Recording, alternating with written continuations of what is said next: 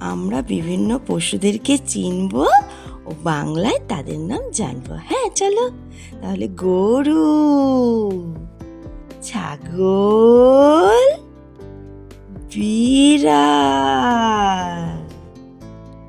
Zebra, ভেড়া,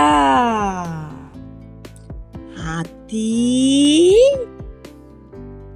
কুকুর, giraffe,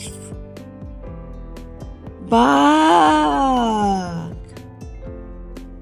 সিংহ, গন্ডার,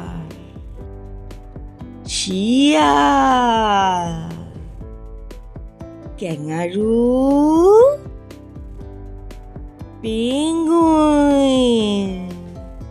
তাহলে বন্ধুরা, আজকের মতো টাটা।